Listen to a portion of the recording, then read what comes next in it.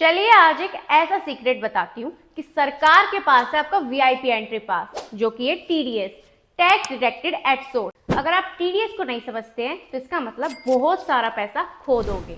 So hello everyone, welcome back to accounts advisor. ये वीडियो आपके लिए बहुत इंपॉर्टेंट होने वाली है क्योंकि इस वीडियो में मैंने टीडीएस को बहुत अच्छे से एक्सप्लेन किया है। चाहे आप बिगिनर लेवल पे हैं, चाहे आप एडवांस लेवल पे और चाहे आप प्रोफेशनल लेवल पे हैं, ये वीडियो आपके लिए बहुत इंपॉर्टेंट है क्योंकि इस वीडियो में मैंने सिर्फ बेसिक ही नहीं, एडवांस लेवल तक टीडीएस को एक्सप्लेन किया है। इसमें मैंने टीडीएस क्या है, टीडीएस क्यों यूज करते हैं, टीडीएस की return filing from basic to advance एक एक पॉइंट्स को बहुत अच्छे से क्लियर किया है। एंड साथ ही में मैंने pan card, ITR, income tax, इन सब का भी रिलेशन बताया कि टीडीएस से क्या इनका रिलेट है और किस तरीके से हम इनको यूज कर सकते हैं। साथ ही में अगर आप चाहते हैं जिस पीडीएफ को मैंने यूज किया है इस वीडियो में, तो उसके लिए आप कमेंट में मेंशन कर सकते हैं अगर आपको वो लिंक चाहिए तो। साथ में अगर आप चाहते हैं कि मेरे कोर्स में इनरोल करना, मेरे साथ लाइव क्लासेस में जुड़ना, तो उसके लिए दिए गए नंबर पे कांटेक्ट कर सकते हैं या फिर कमेंट पे मेंशन कर सकते हैं। और अगर आप चाहें तो रिकमेंड भी कर सकते हैं मुझे कि मैं नेक्स्ट वीडियो किस टॉपिक पे बनाऊं। तो ये वीडियो आप जरूर देखिए, टीडीएस को बहुत अच्छे से समझिए एंड फिर भी कोई डाउट आता है तो उसके लिए आप कमेंट में जरूर बता सकते हैं। तो इस वीडियो को अब स्टार्ट करते हैं, लेट्स गेट स्टार्टेड।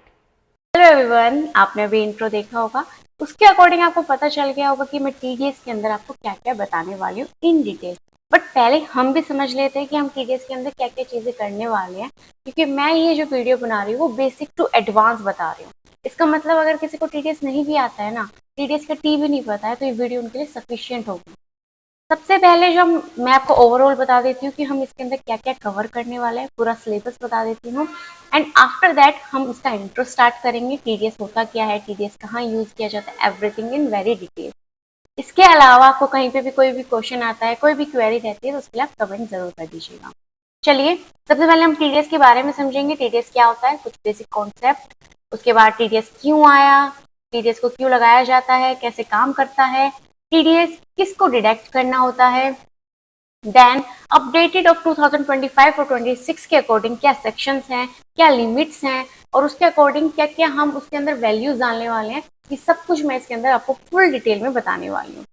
इसके अलावा हम आगे जब कॉन्सेप्ट करेंगे, इसके अंदर ही हम समझेंगे सेक्शंस, काफी सेक्शन है हमारे पास, बट हम 5-6 सेक्शन तो बहुत डिटेल में समझने वाले हैं। देन पैन कार्ड का यूज करना होता है, तो पहले पैन होता क्या है उसको समझेंगे और टीडीएस से उसका क्या लेना देना है। एंड अगर हम पैन के बिना टीडीएस रेट कट होता है तो क्या होता है, ये सब कुछ भी इसके अंदर समझने वाले हैं। पैन के बिना फॉर्म अप्लाई हो तो उसमें क्या इश्यू होता है, अगर पैन नहीं दिया, टीडीएस रिटर्न फाइलिंग कर रहे हैं, डिपॉजिट रूल्स, ये सब कुछ बताएंगे। आफ्टर दैट डिडक्टर क्या होता है, डिडक्टिव क्या होता है, क्योंकि मेन कॉन्सेप्ट टीडीएस का मतलब होता है डिडक्टर एंड डिडक्टिव, वो मैं आपको बताने वाली हूँ। उसके बाद हम पूरा का पूरा इंडिविजुअल पढ़ेंगे कि कंपनी और इंडिविजुअल में अगर कोई टीडीएस पे करता है तो कंपनी से पे कर रहा है तो उसमें क्या डिफरेंस आने वाला है, और अगर वो इंडिविजुअल पे कर रहा है तो उसमें क्या डिफरेंस होने वाला है, तो ये दोनों भी हम डिटेल में समझने वाले हैं। After that payment of contractor आपने सुना होगा, तो उसका नेचर क्या होता है, गवर्नमेंट क्यों टीडीएस हमें हमेशा अप्लाई करने के लिए कहती है, कंपनी डिडक्टर क्या है, इनकम टैक्स क्या होता है, और अगर आईटी क्या बीच में यूज होगा, पैन आईटी, तो पैन हमने समझ लिया तो आईटी भी समझना होगा ना। तो इनकम टैक्स और टीडीएस का क्या रिलेशन है और किस लिए हम इसको यूज करते हैं, का क्या कनेक्शन है इन दोनों का, ये इसके अंदर समझने वाले हैं। आफ्टर दैट आईटीआर क्या होता है, देखिए ITR is the main concept, क्योंकि अगर आप आईटीआर फाइलिंग करते हो तो पहले ये पता होना चाहिए आईटीआर होता क्या है, टीडीएस कट होगा तो उसका रिफंड में आईटीआर मिलेगा कि नहीं मिलेगा, जरूरी है नहीं है, आईटीआर फाइनेंशियल रिकॉर्ड स्ट्रॉन्ग है, नॉन फाइलिंग पर कितना मिलता है, पेनल्टी कितनी होती है, फाइन टैक्स में एडजस्ट होता है या नहीं होता है, सब कुछ बताऊंगी। आफ्टर दैट टीडीएस फाइल कैसे होता है, ये सब कुछ बताया जाएगा। देन सेक्शंस पे हम पूरा डिटेलिंग में आएंगे, इसकी मैं पूरी साइट भी बताऊंगी कि किस साइट पे जाकर के आप काम कर सकते हैं, इनकम टैक्स की साइट, ई फाइलिंग की टैक्स जो हमारी साइट है वो, और उसके बाद हम टैक्स की स्लैब रेट्स देखेंगे, सेक्शंस देखेंगे, ये पूरा का पूरा मैंने यहाँ पे भी ओवरऑल बनाया हुआ है। उसके बाद हम आएंगे रियल, मतलब कि प्रैक्टिकली टेलीप्राइम में जब हम काम करेंगे उसमें हम समझेंगे कि सबसे पहले इनेबलिंग कैसे होती है, इनेबल करवाने के बाद उसका एक एक लेजर किस तरीके से क्रिएट करना है, एंट्रीज किस तरीके से करनी है, और वो भी एक रियल एग्जाम्पल से हम सीखेंगे, जैसे मैंने रेंट का एग्जाम्पल यहाँ पे लिया हुआ है, उससे हम समझेंगे। उसके बाद टीडीएस रिटर्न्स हो गया, वो किस तरीके से करना है, एंड आफ्टर ऑल हमारा पूरा का पूरा कॉन्सेप्ट क्लियर हो जाएगा। तो ये सब कुछ मैं इसके अंदर बताने वाली हूँ। आई होप आप इस वीडियो का इंतजार कर रहे होंगे क्योंकि मैंने बहुत कमेंट्स देखे थे एंड हर जगह टीडीएस टीडीएस टीडीएस की ही वीडियो चाहिए, ऐसा मैंने देखा था। तो मैं आपके लिए टीडीएस की वीडियो ले आई हूँ, इसको एंड तक जरूर देखना। कहीं पे भी कोई भी क्वेरी आती है कमेंट कर दीजिएगा।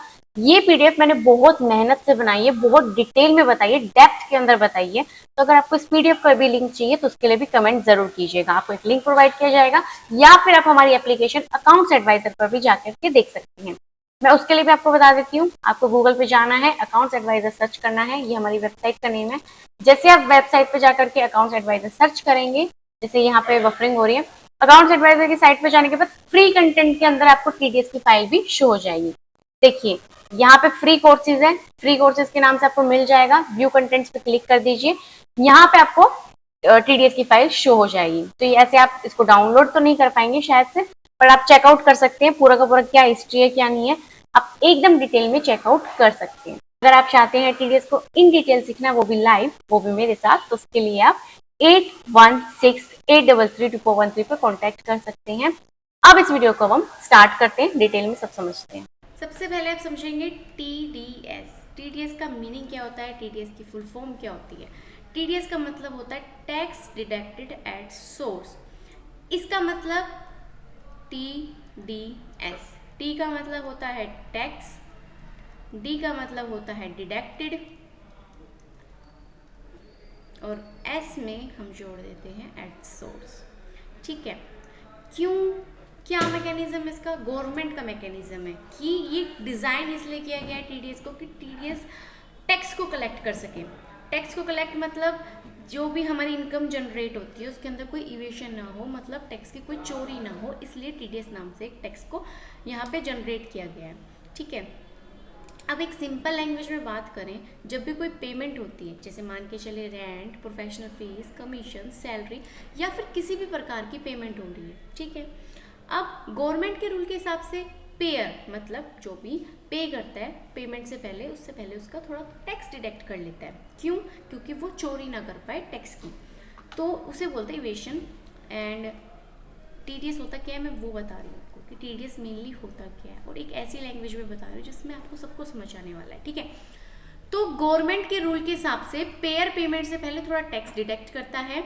आफ्टर दैट मतलब और जो भी बाकी के पैसे होते हैं, जो भी हमारे होते हैं पे को मिलते हैं, मतलब जो भी पे कर रहे हैं ना उसको मिल जाते हैं। मान के चले एक एग्जांपल लिया है मैंने कि 10,000 रुपये पेमेंट कर रहे हैं और उस पर 10% टीडीएस कटेगा। ठीक है, 10,000 पे 10% कटेगा मतलब 1,000 रुपये।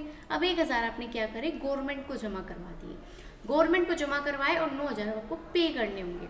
कि 10,000 का मान के चले सिंपल सा सैलरी है किसी एम्प्लॉय की, तो अब ऐसे नहीं कहते कि कट पिट के मेरी इतनी सैलरी है, तो कट पिट के उसकी 9,000 सैलरी है। अब जो कट पिट के आया है वो 1,000 रुपये टैक्स था जो गवर्नमेंट को पे कर दिया गया है, कंपनी ने, उसने, किसी ने भी। 1,000 जो रुपये थे वो गवर्नमेंट के पास चला गया और 9,000 उसके पास चले गए। तो मतलब जो भी आपकी 10,000 अमाउंट थी उसमें से 9,000 रुपये आपको मिल गए और 1,000 गवर्नमेंट को मिल गया है। तो टोटल तो आपके 10,000 थे, पर 10,000 आपको नहीं मिले, आपको मिले कितने, 9,000 रुपीज़।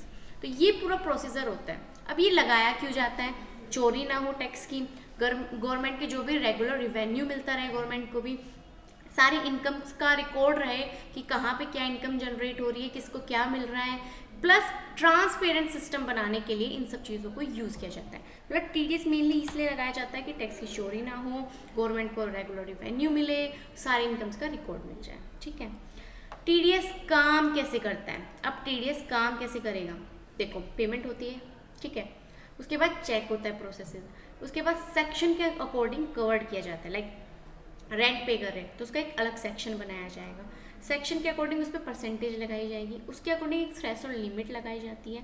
अब ये पूरा प्रोसेस भी आपको मैं आगे इन डिटेल समझाने वाली हूँ। अभी हम ओवरऑल ये समझते हैं कि एक सेक्शन के अंदर कवर्ड है कि किस पे कितना टैक्स लगने वाला है और क्या हुआ, उसके अकॉर्डिंग एक काम किया जाता है। जो पेयर होता है, जो देगा, वो क्या होता है, उसके लिए टीडीएस डिडक्ट करेगा। अगर कवर्ड है मतलब कि उसकी जो लिमिट है वो ज़्यादा है और टीडीएस पे करने के काबिल है, तो उसके अकॉर्डिंग। और जो डिडक्टेड होता है वो सीधा गवर्नमेंट के पास जाता है, गवर्नमेंट को डिपॉजिट किया जाता है। रिटर्न फाइल होती है तो 24Q या 26Q में आप मेंशन कर सकते हैं। पे फॉर्म जो होता है, पे फॉर्म करने के लिए 26AS में TDS क्रेडिट देख सकते हैं कि कितना TDS क्रेडिट हुआ है, क्या नहीं हुआ है, सब कुछ आप प्रोसेसिंग में देख सकते हैं। इन डिटेल एक एक पॉइंट आप चेकआउट कर सकते हैं, एक एक चीज़ें आप देख सकते हैं, उसके अंदर क्या चीज़ हो रही है, क्या नहीं हो रही है, कौन सी वो साइट्स हैं, वो सब कुछ भी मैं आपको आगे बताने वाली हूँ। अब किसको TDS डिडक्ट करना पड़ता है? अब कौन है जो TDS डिडक्ट करना चाहते हैं? कंपनी किसी के भी अपना पे कर रही है, सैलरी पे कर रही है एम्प्लॉयज़ को, तो क्या करती है? पहले TDS डिडक्ट करती है और वो कंपनी खुद से TDS डिडक्ट करके अपने अकॉर्डिंग कट करके रिवेन्यू और दे देती है। मतलब आपको एम्प्लॉय को जा करके टैक्स भरने की ज़रूरत नहीं है, कंपनी खुद आपका टैक्स पे कर देती है, तो आपको ये मेहनत करने की भी ज़रूरत नहीं होगी। ठीक है, उसके अलावा अब आपका नेक्स्ट पॉइंट जो है वो है कंपनी हो गया, LLPs हो गया, फर्म्स वगैरह होती हैं, उनके लिए यूज़ किया जाता है। एंड इंडिविजुअल जिनका टर्नओवर लास्ट ईयर में बिजनेस में 1 करोड़ या प्रोफेशनली में बोले तो 50 लाख, देखो डिपेंड सब कुछ करता है टर्नओवर पे। ठीक है, अगर आपका टर्नओवर है 1 करोड़ से ज़्यादा, 50 लाख से ज़्यादा, अब लिमिट डिपेंड करेगी कि वो बिजनेस किस चीज़ का है और उसके अकॉर्डिंग। ठीक है, उसके अकॉर्डिंग TDS डिडक्ट करना होगा, गवर्नमेंट डिपार्ट्स में जाना होगा, अगर आप ट्रस्टीज़ हैं, NGOs हैं, तो उसके अकॉर्डिंग उसमें वर्क किया जाता है। तो ये पूरा कॉन्सेप्ट था जिसके अंदर ये सारा काम किया जाता है। कुछ अपडेटेड नीचे मैंने सेक्शंस मेंशन किए गए हैं जो 2025 से 26 के लिए, ये अभी तक आपको किसी ने नहीं बताया होगा, this is a latest video of TDS। तो इसके अंदर आपको latest version of threshold limits, rates सब कुछ मिलने वाला है। देखिए मेन 194I जो कि रेंट के लिए यूज़ किया जाता है, और पहले इसकी लिमिट शायद 2,40,000 रुपीज़ थी, बट अब जो लिमिट है वो 6 लाख रुपीज़ हो चुकी है। कितनी? 6 लाख रुपीज़, समझ रहे हैं आप? 6 लाख रुपीज़ हो चुकी है इसकी लिमिट, न्यू अपडेटेड। 10% उस पर रेट लगेगा। एंड 194C कॉन्ट्रैक्टर के लिए यूज़ किया जाता है, और ईयरली कितना लगता है? 1 लाख, और सिंगली मतलब मंथ के अकॉर्डिंग 30,000। इसका जो TDS रेट है वो 1% और 2% होता है। सब कॉन्ट्रैक्टर, इंडिविजुअल या कंपनी ऐसे देखा जाता है। फिर कमीशन की बात आती है। कमीशन जब होता है तो उसका सेक्शन 194H तो होता ही है, पर लिमिट क्या होती है, कितने परसेंटेज में वो कट होता है। फिर प्रोफेशनल फीस होती है, कुछ फीस आपको जब पे करनी होती है तो उसके ऊपर भी टैक्स लगता है 30,000 रुपये। 10% रेट TDS भी कट होगा उसमें। इसके अलावा हम बात करें सैलरी का, तो डिपेंड करेगा आपकी स्लैब बेस्ड, मतलब जो सैलरी है उसी पे डिपेंड करेगा कितनी आपकी सैलरी। देखो गवर्नमेंट ने ऐसा नहीं बोला 30,000 सैलरी तो उस पर इतना हो जाएगा, सैलरी आपकी डिपेंड करती है और उस पर स्लैब बेस के अकॉर्डिंग अमाउंट डिडक्ट होता है। ठीक है, इसके आगे हमारा जो ये है 194I रेंट रिटेल, ये मैं आपको बताऊंगी थोड़ा सा बाद में। उससे पहले कुछ और कॉन्सेप्ट समझ लेते हैं, कुछ चीज़ें हैं जो हमें पहले समझ लेनी चाहिए, तो पहले मैं आपको वो चीज़ें बताने वाली हूँ। ठीक है, उसके बाद हम ज़रूर से वो कॉन्ट्रैक्टर रेंट वगैरह का अलग से डिटेल में समझेंगे सेक्शन, वो भी हम समझने वाले हैं। नेक्स्ट आता है कि जब भी आप TDS पे करेंगे तो आपको पैन कार्ड की ज़रूरत होगी। अब पैन कार्ड की जो ज़रूरत आपको हो रही है, वो पैन कार्ड होता क्या है? दिखने में ऐसा पैन कार्ड दिखता है मान लिया, पर ये रियलिटी में होता क्या है वो समझना होगा। तो पैन कार्ड को इन डिटेल समझते हैं। पहले पैन कार्ड होता क्या है, क्या नंबर मेंशन किए जाते हैं, और TDS में इसका क्या यूज़ है। ठीक है, देखिए जो पैन होता है, पैन कार्ड होता है, पैन की फुल फॉर्म होती है परमानेंट अकाउंट नंबर।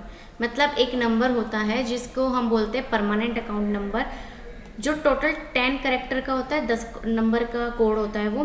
अब इसके अंदर सारे नंबर्स नहीं आते, इसके अंदर टोटल 5 अल्फ़ाबेट्स आते हैं,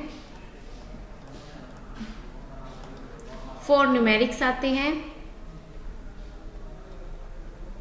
एंड एक लास्ट में अल्फा आता है, तब जाकर के ये 10 डिजिट्स का बनता है। ठीक है, जैसे एक एग्जांपल दिया हुआ है, 5 यहाँ पे अल्फ़ाबेटिक्स हैं, 4 न्यूमेरिक्स हैं, एंड लास्ट में एक अल्फा है। अगर आप रोंग भी मेंशन करेंगे टेलीप्राइम के अंदर तो वहाँ पे वार्निंग आ जाएगी, बट मेनली ये यूज़ है कि वार्निंग तो दी जाएगी आपको अगर आप गलत कर रहे हैं, बट अगर आप एंटर करेंगे तो एग्री भी हो जाएगा।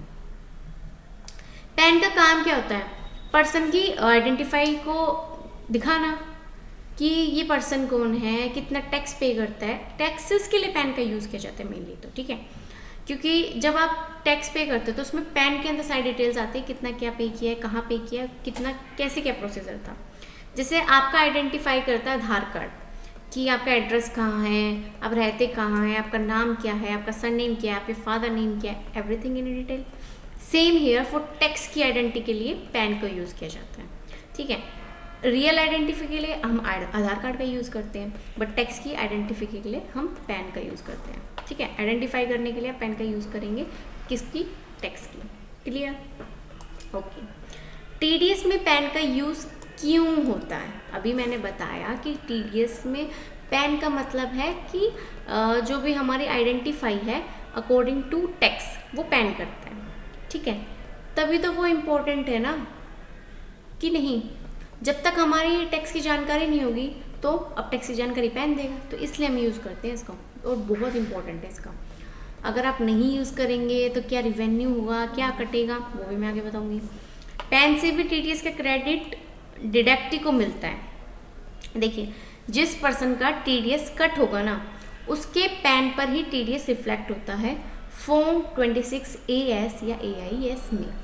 मतलब अगर आपने टीडीएस क्रेडिट अगर आपने गलत दिया, अगर आपका पैन कार्ड गलत है, तो ना तो आपको क्रेडिट मिलेगा, ना आपको रिफंड्स मिलेंगे, और ना ही आपकी आईटीआर, मतलब आईटीआर में जो मिसमैचेस होंगे ना वो भी आएंगे।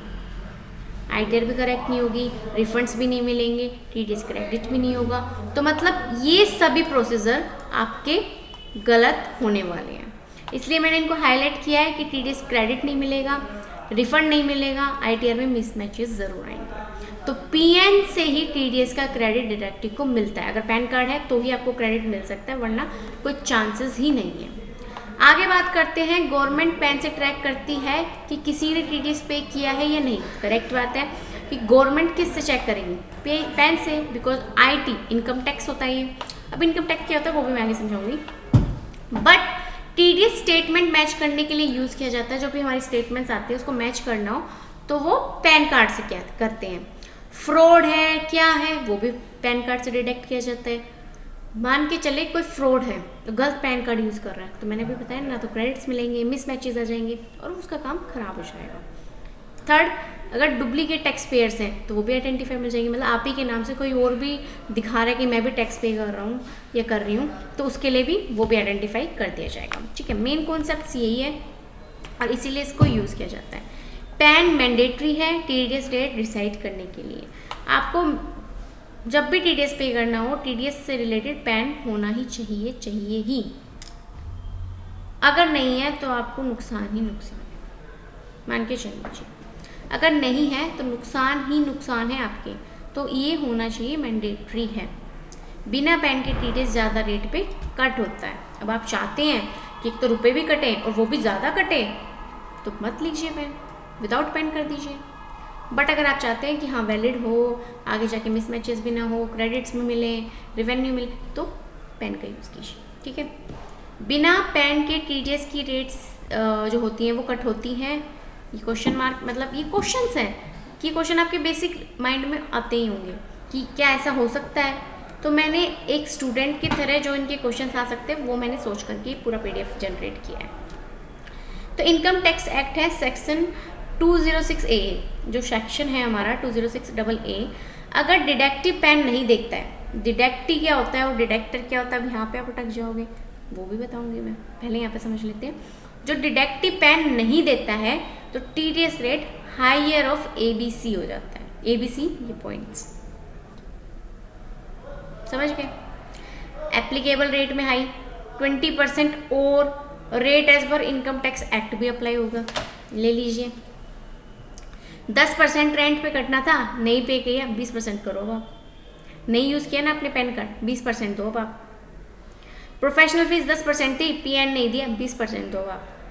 कॉन्ट्रैक्टर 1 से 2% है, पैन नहीं दिया, 20 दो आप, 1-2 नहीं 20 ही दो अब आप। मतलब अगर पैन नहीं देते तो 20% आपको देना ही देना पड़ेगा उसके ऊपर, और मत दीजिए पैन। तो ये इसलिए इम्पोर्टेंट है पैन के लिए, क्योंकि अगर TDS define to tax, tax define to PAN, मतलब पैन है तो टीडीएस है, टैक्स है तो पैन है। तो पैन कार्ड हमें ज़रूर अवेलेबल करवाना चाहिए, और ये हो ही जाता है जब अपना आप बैंक में खाता वगैरह खुलवाते हैं तब मिल ही जाता है। नहीं भी मिले तो ज़रूर करवाएं, क्योंकि ये दिस इज़ वेरी इंपॉर्टेंट। अगर आप टीडीएस वगैरह पे करते हैं तो वेरी मच इम्पोर्टेंट, ठीक है। और क्योंकि आप नहीं चाहते हो ज़्यादा टैक्स कटे, तो पैन रखना ही रखना है। गवर्नमेंट पर्पसली करता है ताकि लोग पैन देने को फोर्स हो जाएं, ये करेक्ट चीज़ है। आप एक जो हमारा डेकोरम चल रहा है, जो हमारी रेगुलरिटी चल रही है, उसके अकॉर्डिंग चलना चाहिए ना। पैन की पूरी फैसिलिटीज़ हैं, देनी चाहिए। फिर पैन जब बनाया जा रहा है तो देते क्यों नहीं है? तो पैन इसके अकॉर्डिंग तो 20% लगेगा ही। गवर्नमेंट कहेगी हम तो बना रहे हैं ना, आप क्यों नहीं दे रहे हो, तो पे करो। फर्स्ट पॉइंट, पैन प्रोवाइड किया गया है, लाइक मान के चलें 50,000 आप पर मंथ रेंट पे कर रहे हैं, उस पर 10% टैक्स है। 50,000 के अकॉर्डिंग 10% 5,000 हो गया। फिर लैंडलॉर्ड का पैन है, नंबर है उसका, ये मैंने मेंशन किया हुआ है ABC करके। TDS क्रेडिट 26 AS में अपडेट हो जाएगा। अगर पैन नहीं प्रोवाइडेड किया गया तो 50,000 पे पर मंथ 20% लगेगा। पहले 10 बोला था, अगर पैन नहीं है तो 20 मिलेगा, और 20 के अकॉर्डिंग 5 की जगह अब आपको 10,000 और पे करने होंगे। समझ रहे हो? 10,000 रुपये आपका TDS कट जाएगा, गवर्नमेंट के पास जाएंगे सीधे। और फिर लैंडलॉर्ड को एक्स्ट्रा TDS कट करना होगा। रिफंड मिलने में इश्यू हो सकता है, आपको होगा ही होगा। देख लेना कैसे घुमाएगी आपको सरकार। पैन के बिना form 16A, form 26 AS, AIS सब में इशू आता है। ये तो साफ सी बात है कि जो डॉक्यूमेंट्स बनाए जा रहे हैं आप नहीं काम करेंगे तो इशू तो आना ही है। गवर्नमेंट तो चाहेगी इशू आए। TDS स्टेटमेंट में आएगा, डिडक्शन में आएगा, क्रेडिट्स में आएगा, ITF फाइलिंग में आएगा, रिफंड्स में आएगा, सब जगह आएगा। तो पैन ले ही लेते इससे अच्छा तो क्यों नहीं। और ये तो है नहीं, बहुत महंगा मिलता है। तो जो बैंक वगैरह में हम खाता वगैरह खुलाते हैं तभी मिल जाते हैं, और अगर आप अपडेट वगैरह कराएं तो 50, 100, 150, 200 रुपये मिल लग जाएंगे, इससे ज़्यादा तो है नहीं। आप चाहते हैं 10, 20 हज़ार, करोड़, लाखों का नुकसान हो तो आपकी चॉइस है, और उसकी जगह 50, 100, 150 में काम हो जाए वो आपकी चॉइस है। ठीक है, तो मेनली मेरा जो पर्पज़ था वो बताना था कि अगर आप पैन को यूज़ नहीं करते हैं तो आपका क्या नुकसान होने वाला है, तो वो मैंने आपको बता दिया। उसके अलावा पैन नहीं दिया है तो गवर्नमेंट ने नया रूल बनाया है, जो कि यही है कि हायर रेट पे आपको टैक्स पे करना होगा। अब आप कह भी सकते हो भाई क्यों, क्योंकि तेरे पास पैन नहीं है, इसलिए इसको बोलते हैं हायर रेट ऑफ TDS। ठीक है, गवर्नमेंट ने रूल बनाया है कि अगर आपके पास पैन कार्ड है ही नहीं तो आप 10% नहीं, आप 20% कीजिए, आपकी सेवा में हम हाजिर हैं।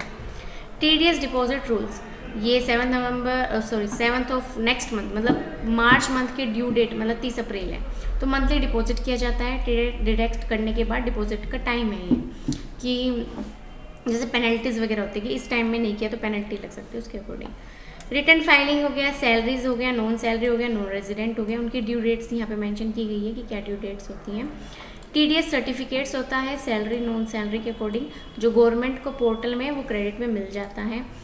उसके अलावा डिडक्टर और डिडक्टी होता क्या है वो समझते हैं। देखिए मैंने सुना डिडक्टी है, यहाँ पे थे हम शायद, जहाँ पे डिडक्टर का नाम आया था, डिडक्ट करता है, अच्छा उससे हमारे पास डिडक्टर का नाम आया था, जहाँ पे मैंने आपको बताया था कि मैं आपको आगे बताऊँगी कि डिडक्टर होता क्या है। डिडक्टी था शायद वहाँ पर, एक बार चेक कर लेते हैं हम।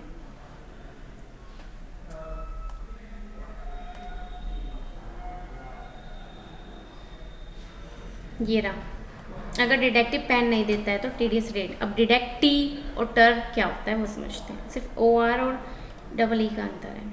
डिडक्टर मतलब कटौती करने वाला, मतलब जो पेमेंट करता है, पे करने वाला, उसे बोलते हैं डिडक्टर। जो भी पेमेंट करने वाला है, रेंट मैं पे करने वाली हूँ तो मैं डिडक्टर हूँ।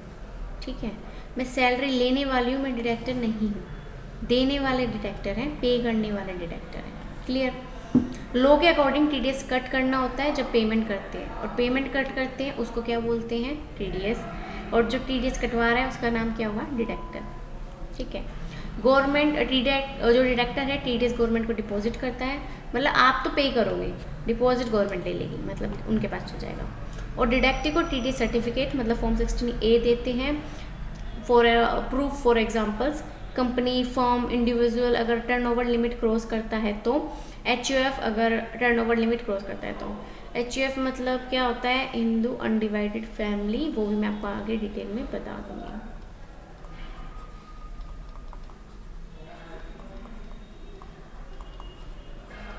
ठीक है, डिटेक्टर का मेन काम क्या होता है, TDS कट करना। TDS कट करना मतलब डिटेक्टर का काम है।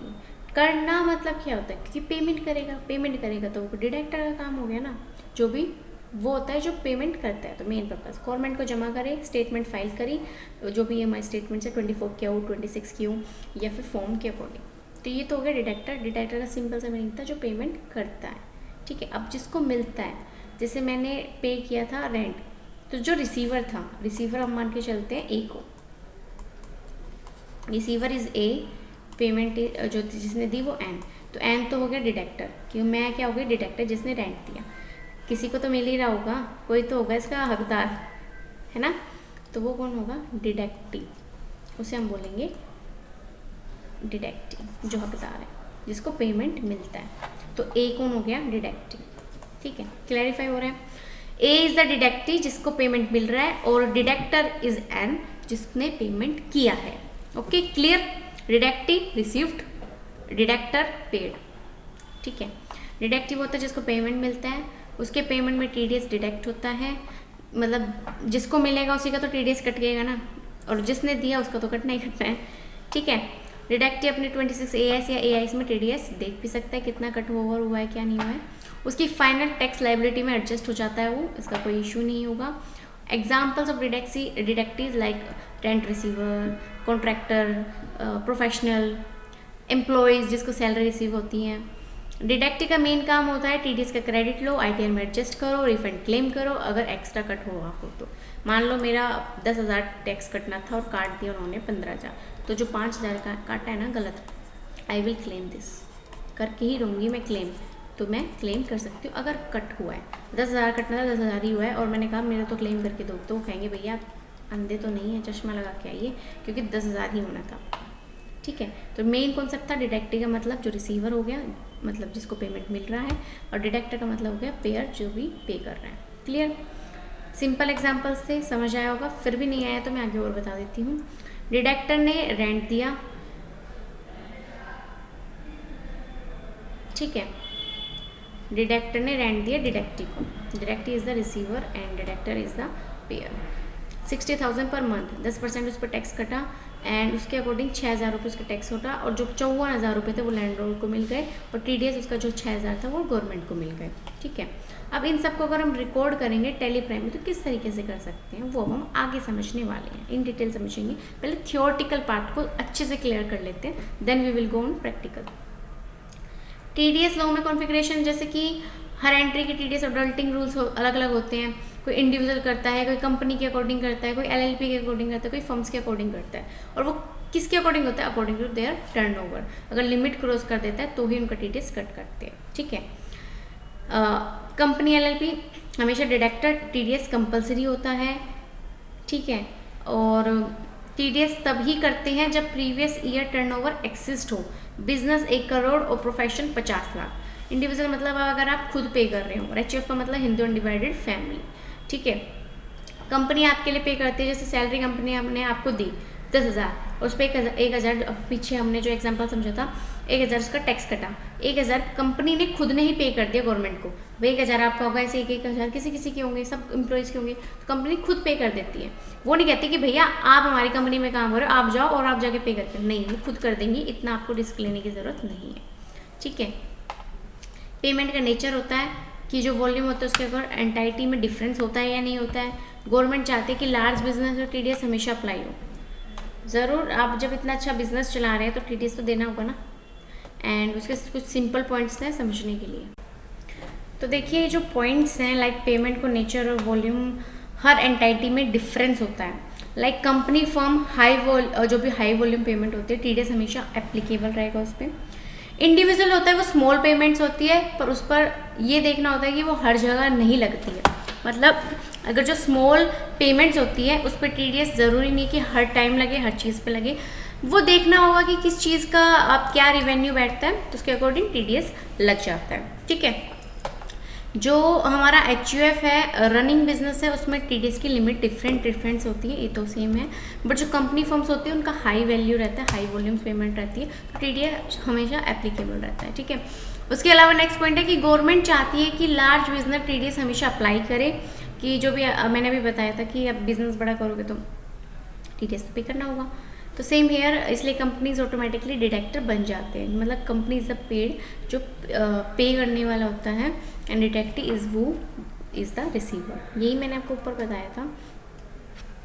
के अलावा हमारे पास इंडिविजुअल डिटेक्टर्स होते हैं। जैसे रोहन एक शॉप ओनर है, एक एग्जांपल लिया बहुत अच्छा मैंने, जिससे आपको सब समझ आ जाए। रोहन एक शॉप ओनर है, उसका टर्नओवर 55 लाख रुपीज़ का है, बिलो 1 करोड़। तो टीडीएस डिटेक्ट नहीं करेगा क्योंकि नेक्स्ट ईयर टर्नओवर 1.20 करोड़ है। अब रोहन टीडीएस डिटेक्ट करेगा, ये डिटेक्टर बन गया है, ये देखना है। कंपनी डिटेक्टर है, XYZ प्राइवेट लिमिटेड है, टर्नओवर कितना भी हो टीडीएस हमेशा डिटेक्ट करेगी। क्यों? Because it's a company, private limited company है। इंडिविजुअल था वो, इंडिविजुअल पे हर चीज़ में ज़रूरी नहीं है टैक्स लगे ही लगे, पर कुछ चीज़ें हैं जहाँ पे टैक्स अप्लाई हो सकता है एंड पॉसिबिलिटीज़ होती है, ठीक है। थर्ड इज डिडक्टी, जिसमें लैंडलॉर्ड जैसे मिस्टर शर्मा है जिसको रेंट रिसीव कर रहे हैं, तो वो ऑलवेज डिडक्ट ही होता है, इज द रिसीवर, ओके। तो चाहे वो इंडिविजुअल हो या कंपनी, तो मेन प्रोसेस है।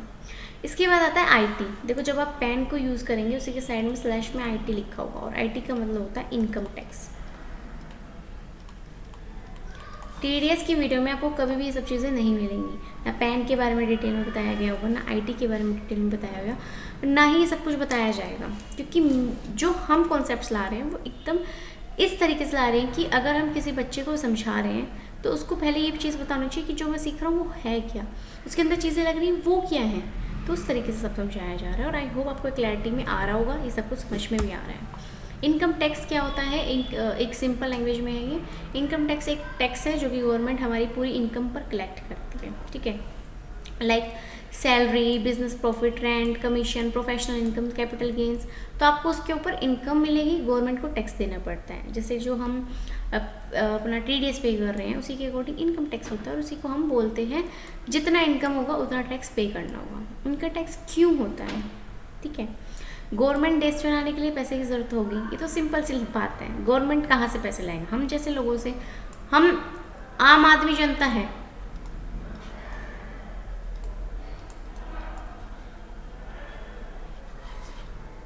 अब आम आदमी जनता से रुपए कमाएगी गवर्नमेंट, और गवर्नमेंट भी फिर जो भी हमारे सरकारी लोग होते हैं, सरकारी हॉस्पिटल्स होते हैं, आर्मीज होती है, वहाँ पे पे करेंगे ना। इनकम टैक्स गवर्नमेंट रोड्स बनाती हैं, स्कूल्स जो भी हमारे गवर्नमेंट होता है वो बनाती है, हॉस्पिटल गवर्नमेंटिंग बनाती हैं, और इंफ्रास्ट्रक्चर डेवलप करती है, पुलिस होती है उसको भी देना होता है, आर्मी है डिफेंस को सैलरी देती है, रेलवेज है एयरपोर्ट्स में जो एयरपोर्ट्स मेंटेन करती हैं, पब्लिक वेलफेयर स्कीम्स चलाती हैं कि पब्लिक के लिए कभी कुछ निकाल दिया कभी कुछ निकाल दिया। तो इन सब के लिए गवर्नमेंट के पास भी तो रुपए होने चाहिए ना। फार्मर्स है, कोई गरीब है, कोई स्टूडेंट्स है, तो इन सब के लिए बेनिफिट पॉइंट्स भी देती है। तो इसीलिए इनकम टैक्स देना होता है कि गवर्नमेंट को रिवेन्यू मिल सके, गवर्नमेंट कमा सके, और गवर्नमेंट भी, सरकार जो है वो भी हर किसी को कुछ ना कुछ दे सके, ठीक है। इनका मेन इनकम टैक्स क्या होता है, हमारी इनकम पर लगता है, इनकम पर लगता है, उसके ऊपर टैक्स पे करना होता है। Income tax equal to government का revenue to run the country. Simple language है, इनकम टैक्स इसलिए लिया जाता है कि गवर्नमेंट हमारी कंट्री को रन कर सके। अगर लोग टैक्स न दें तो गवर्नमेंट सिस्टम कोलैप्स, मतलब ख़त्म, नहीं चल पाएगा। अब इनकम टैक्स और टीडीएस का क्या लेना देना है, इनका क्या रिलेशन है?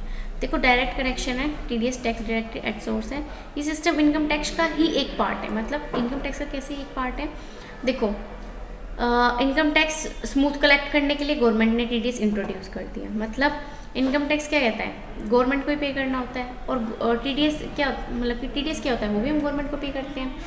अब टीडीएस क्यों इंट्रोड्यूस किया गया था कि लोग आईटीआई टाइम पर नहीं भरते, गवर्नमेंट ने देखा लोग आईटीआई टाइम पर नहीं भरते, फुल टैक्स पे नहीं करते, अवॉइडिंग करते हैं, मतलब चोरी करते हैं, इसलिए गवर्नमेंट ने बोला जिस टाइम पेमेंट हो रहा है उस टाइम ही टैक्स कट कर दो।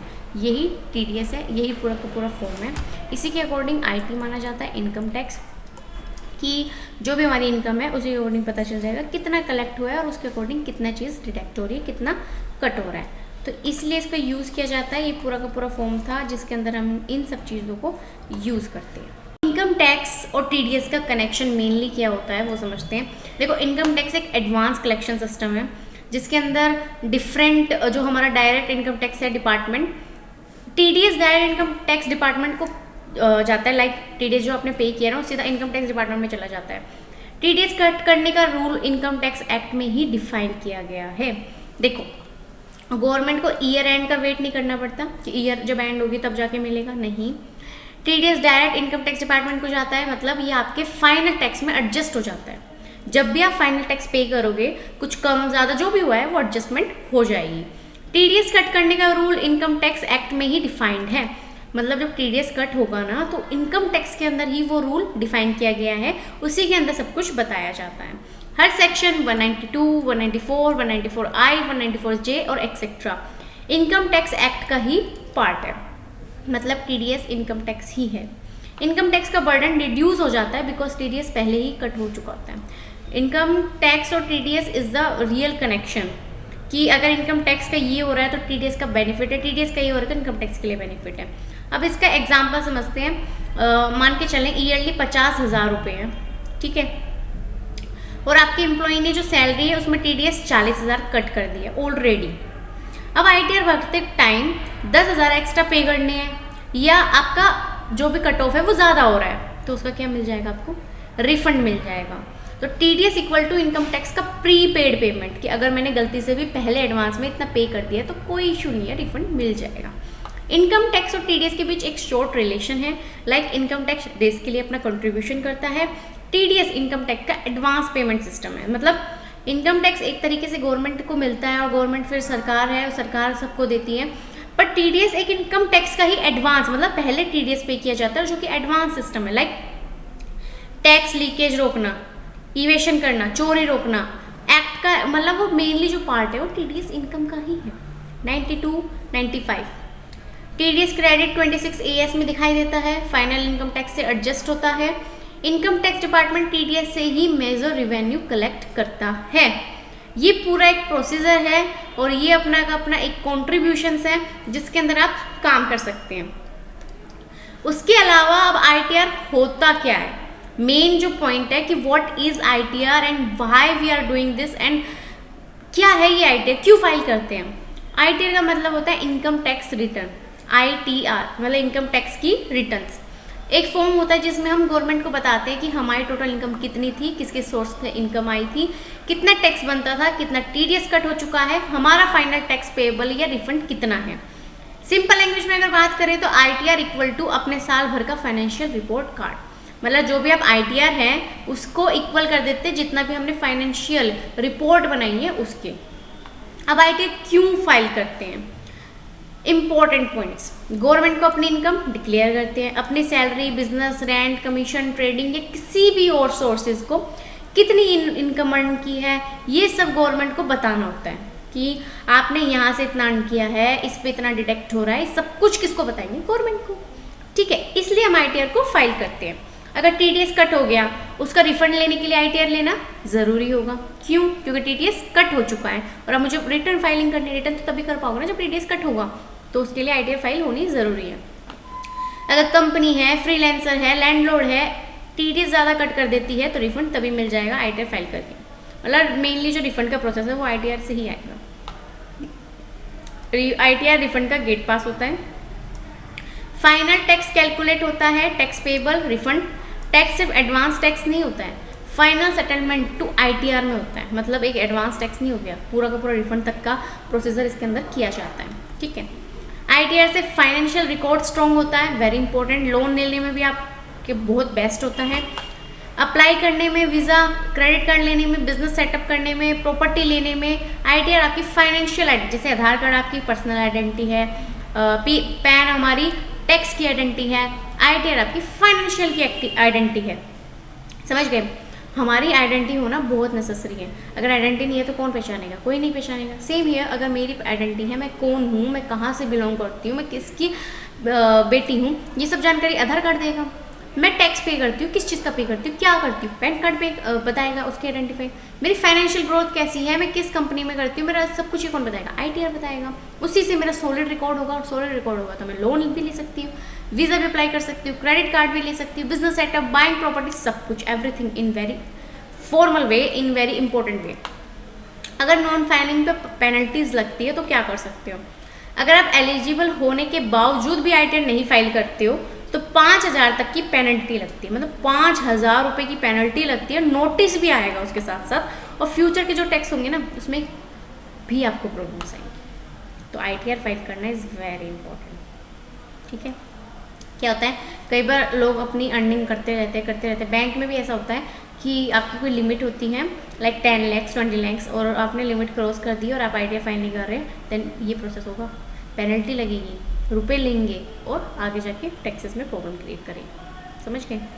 लॉस कैरी फॉरवर्ड करने के लिए ITR कंपलसरी है कि अगर हमें लॉस नहीं करना है कैरी, अगर नहीं बढ़ाना है तो ITR भरें। अगर आपको शेयर मार्केट, बिजनेस एक्सेट्रा में कहीं भी लॉस हुआ है, उस लॉस को नेक्स्ट ईयर में एडजस्ट तभी कर सकते हो जब टाइम में ITR फाइल की होगी। मतलब मैंने ITR फाइल कर दी कि मेरा ये प्रोसेसिंग है और ये चल रहा है, तो मैं लॉस के अंदर भी कुछ ना कुछ फ़ायदा करवा सकती हूँ। TDS का ITR से क्या कनेक्शन है, मेन पॉइंट अब ये आता है। अभी तो ये समझ लिया ITR होता क्या है, क्या प्रोसेस है।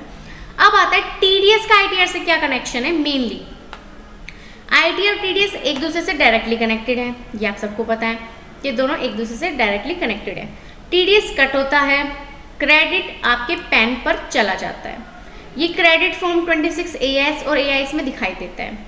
मतलब 26 AS जो क्रेडिट होता है और AIS है उसके अंदर ही ये सब कुछ दिखाई देता है। TDS फाइनल टैक्स में एडजस्ट होता है ITR के अंदर। आपका टैक्स 50,000, कट TDS 40,000 और ITR में आपको ओनली 10,000 पे करने होते हैं। ठीक है, अगर बात करें TDS ज़्यादा कट हो गया तो रिफंड आपको ITR फाइल करने के बाद ही मिल जाएगा। प्लस एक्चुअल में टैक्स 20,000 है, कट हो गया 40,000 तो 20,000 हमारा रिफंड मिल जाएगा। जैसे हमने पहले भी समझा था इनकम टैक्स के अंदर भी।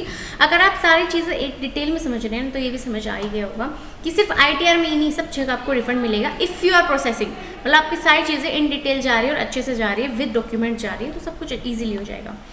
TDS मिसमैच हुआ तो ITR में एरर तो आएगा ही आएगा। तो इसलिए TDS को करेक्ट रिफ्लेक्ट होना है ITR के लिए बहुत इंपॉर्टेंट है। TDS और ITR का सिंपल सा एक एग्जांपल है कि जैसे मेरी सैलरी है 6 लाख रुपए मान के चलते हैं, ठीक है। 6 लाख रुपए मेरी सैलरी है और एम्प्लॉयर ने 30,000 कट किया है और एक्चुअल टैक्स कटना था 25,000 रुपीज़। अब ITR फाइल करते टाइम मैं क्या कहूँगी कि मुझे 5,000 का रिफंड चाहिए, चाहे मेरी सैलरी कितनी हो, 5,000 का रिफंड चाहिए मुझे, क्योंकि आपने गलत किया है, आपने मेरा नुकसान कर दिया 5,000 रुपीज़ का। कैसे कट किया आपने? 5,000 लूँगी मैं, तो TDS एडवांस में तो कट हुआ और फाइनल कैलकुलेशन में ITR से ही होता है। कॉन्सेप्ट बताती हूँ। TDS 25,000 कट हो गया और जो मैं रिफंड लूँगी ना वो ITR है। सिंपल सी एक लैंग्वेज बोली है मैंने, अगर आपने ध्यान दिया हो तो। TDS है मेरा 25,000, सॉरी हाँ 25,000, काट दिया उन्होंने 30,000, तो मैंने क्या बोला 5,000 वापस दो, ये क्या हो गया रिफंड, और रिफंड बोलेंगे इसको। आए समझ? मतलब फाइनल ग्रोथ जब ही होगी जब ITR होगा, ITR से ही फाइनल कैलकुलेशन होती है। तो अगर ITR है तो TDS है, TDS है तो ITR है। समझ गए? अब ITR फाइल होती कैसे है, इनकम कैलकुलेट होती कैसे है। TDS 26 AS AIS वेरीफाई करते हैं, डिडक्शन ऐड करते हैं, ATC ATD etcetera, final tax calculate होता है, देन ITR फॉर्म चूज़ करते हैं, ITR 1 ITR 3 ITR 4 etcetera, submit करके वेरीफाई करते हैं, देन रिफंड प्रोसेसिंग स्टार्ट होती है। तो ये पूरा प्रोसीजर है जिसके अंदर ये सारा काम किया जाता है, तब जाके हम आगे बढ़ते हैं। अब इनकी साइट्स हैं, देखिए अभी ये हमारा लास्ट है, इसके बाद हम प्रैक्टिकली करके देखेंगे। जैसे एक ये साइट है इनकम टैक्स की, ये मैंने साइट यहाँ पे वेरीफाई करती है। इनकम टैक्स की साइट ऐसे दिखेगी आपको, एंड ये जो साइट है फाइलिंग की है, ये इसका लिंक यहाँ पे फॉरवर्ड कर दिया मैंने, और ये आपको ऐसे दिखेगी यहाँ पे, ठीक है। तो अब क्या करना है आपको, मैं इसको शो करवाती हूँ। सबसे पहले गूगल पे जाना है,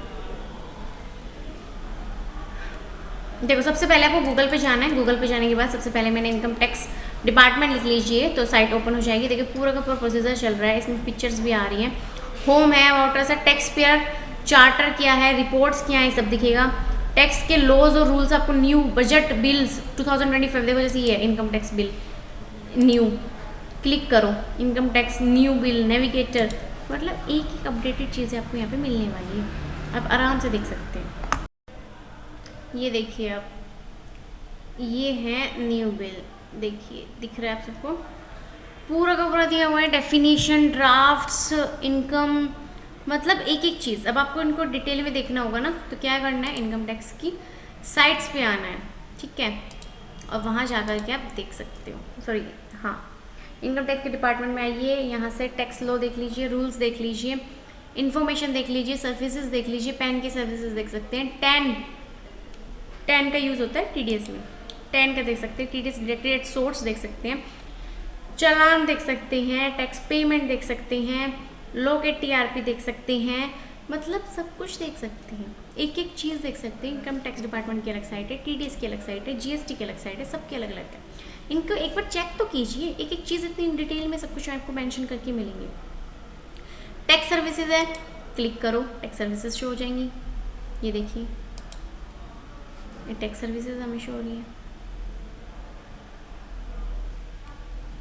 तो आप एक एक चीज़ काफ़ी डिटेल के अंदर इसके अंदर समझ सकते हैं, और भी बहुत सारी चीज़ें। तो इनकम टैक्स था, ये हमारा सेकंड E-फाइलिंग, ये भी इनकम टैक्स की ही साइट है E-फाइलिंग की, कि E-पे है, पे टैक्स है, रिटर्न्स है, पैन स्टेटस है, आधार भी है इसके अंदर, नीचे की तरफ आधार को लिंक करना, स्टेटस करना। फाइल मुझे ITR नहीं करनी आती, यहाँ से आप देख सकते हो कैसे ITR फाइल करनी है, और ITR फाइल 1 का क्या सीन है, 2 में क्या होगा, रजिस्ट्रेशन है, इनेबिलिटीज़ है, लेटेस्ट अपडेट्स क्या है, सब कुछ आप इसके अंदर चेकआउट कर सकते हैं। मतलब this is the God of the taxes, मतलब साइट्स इज़ द वेरी इम्पल्सरी।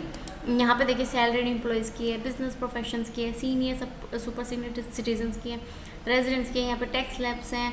मतलब इनके पास जाओगे ना आप टैक्स लैब में, तो यहाँ पे आपको 2025 से 26 तक की अपडेट्स मिल जाएंगी। कहीं गूगल वगैरह पे सर्च करने की ज़रूरत नहीं, कुछ भी फेक न्यू ऐसे नहीं करना है। साइट्स पे आओ, ओरिजिनल, यहाँ सब कुछ होगा। देखो ITR 3 में क्या नॉन रेजिडेंट है, फॉर्म 12BB में क्या होता है, सब डिटेल्स यहाँ पे प्रोवाइडेड की गई है। नीचे की तरफ अगर आप जाएंगे तो यहाँ पे भी दिखाएगा कि अगर किसी की इनकम टैक्स इतनी है तो कितना सरचार्ज होगा, कितना इनकम टैक्स लगेगा, स्लैब क्या होगी, सब कुछ है। मतलब एक एक चीज़ इतनी डिटेल में दी गई है, आप आराम से चेकआउट कर सकते हैं। इन्हीं में सेक्शंस होते हैं। अब सेक्शन को हम समझते हैं, जैसे अगर टैक्स स्लैब यहाँ पे नहीं मिल रही है तो मैं आपको पूरा सेक्शन वाइज भी दिखा देती हूँ। जैसे हम सबसे पहले एक सेक्शन लेकर चलते हैं 194I, मैं इसी का एक एग्जांपल करके दिखाऊंगी आपको प्रैक्टिकली। एग्जांपल बाद में करेंगे, सबसे पहले हम सेक्शन को समझ लेते हैं। सेक्शन के अंदर 3 चीज़ें हैं, मेन है। सबसे पहले वो सेक्शन किसका है, उसे हम बोलते हैं payment to contractor, PTC। Payment to contractor का मतलब होता है जिस भी नाम से आप सेक्शन, मतलब जिस भी नाम से आप पे कर रहे हैं TDS। ओके, तो ये सब कुछ क्या होगा आपका, कि आप किस चीज़ से पे कर रहे हैं, कौन सा सेक्शन है, ये सब कुछ अब आपको इसके अंदर एंटर करना होता है। पहला होता है payment to contractor, then percentage, कितनी % टैक्स कटना है उसके अंदर, एंड थर्ड होता है सेक्शन। 3 चीज़ इसके अंदर मेन है। फोर्थ आती है द थ्रेशोल्ड लिमिट, कि कितनी इसकी लिमिट होती है। अभी 6 लाख इसकी लिमिट चल रही है फिलहाल, और जो भी इसका TDS है उसके अकॉर्डिंग कट होकर आएगा। देखिए जो हमारी अप्रैल से लेकर मार्च तक की है वो 6 लाख रुपए की है। तो आपको जो भी देख करके चलना है वो किसी के अकॉर्डिंग चलना है, कि रेंट का है 6 लाख की थ्रेशोल्ड लिमिट है, और कॉन्ट्रैक्टर का है तो कॉन्ट्रैक्टर के अंदर कितनी लिमिट्स होंगी, कितना % आपको टैक्स पे करना है। और एक एक एग्जाम्पल मैंने यहाँ पे लिखा हुआ है। प्रोफेशनल या टेक्निकल फीस लेकर चल रहे हैं तो उसमें क्या क्या प्रोसीजर हो रहा है। अब बात करें आगे की, अगर हम रेंट बिल्डिंग ले रहे हैं तो उसमें 6 लाख मैंने अभी बताया आपको, अपडेटेड वर्जन है, ठीक है। और अगर ईयरली लेते हैं तो क्या होगा, मंथली लेते हैं तो क्या होगा, पेमेंट कॉन्ट्रैक्टर सेक्शंस वगैरह। मेनली सेक्शन याद करना है, लिमिट्स याद रखनी है, सारा काम हमारा हो जाएगा। अब ये काम करना कैसे है, देखो ये हमारी नई फाइल है। सबसे पहले पेमेंट टू कॉन्ट्रैक्टर का सेक्शन 194C, इससे समझते हैं। अगर आपकी लिमिट है 30,000 से लेके 1 लाख तक की थ्रेशोल्ड लिमिट है ये, तो उस पर 1% अगर आप इंडिविजुअल हैं, खुद से पे कर रहे हैं, कंपनी पे कर रही है तो 2% देगी। 194H फॉर कमीशन या ब्रोकरेज, इसके लिए आपको 20,000 लिमिट है। 5% कंपनी भी और इंडिविजुअल भी दोनों को 5% ही पे करना होता है अगर कमीशन या ब्रोकरेज है। मेनली कमीशन ब्रोकरेज कंपनी के लिए यूज़ किया जाता है, बट इंडिविजुअल इसमें लिख दिया गया है। 194I is for rent, 6 lakh इसकी लिमिट होती है। अगर आप खुद पे कर रहे हो तो 10% और कंपनी कर रही है तो भी इतना। फिर आगे चलते हैं 194I भी प्लांट या मशीनरी रेंट के लिए यूज़ किया जाता है, 6 लाख आएगा, 2% इसके ऊपर लगता है हमारा टैक्स रेट। प्रोफेशनल फीस के लिए हम सेक्शन लेते हैं 194J। This is the important sections जो कि हमारे मेनली यूज़ किए जाते हैं। इंटरव्यू में क्वेश्चन पूछा जाएगा कि आपका पेमेंट टू कॉन्ट्रैक्टर का सेक्शन क्या है, 194C है कॉन्ट्रैक्टर के लिए। रेंट के लिए क्या है, 194I है। सैलरी के लिए क्या है, सैलरी लेते हो ना, 192 है। जो भी है याद रखना है, ठीक है। प्रोफेशनल फीस के लिए sections, their threshold limits and their slab rates, percentage of taxes and ये सब कुछ इसके अंदर है। उसके अलावा यहाँ पे इंडिविजुअल है बिलो 60, अगर आप 60 साल से नीचे के हैं और तो आपके अकॉर्डिंग इसके इतना प्रोसीजर है, ठीक है। नीचे है डोमेस्टिक कंपनीज वगैरह जो होती हैं, जो भी हमारी जिसका टर्नओवर 400 करोड़ से कम होता है तो 25 है, और अदर कंपनीज के लिए 30% है, और न्यू फैक्चरिंग है, न्यू मैन्युफैक्चरिंग कंपनीज है तो 15% और सेक्शन ये अप्लाई होगा।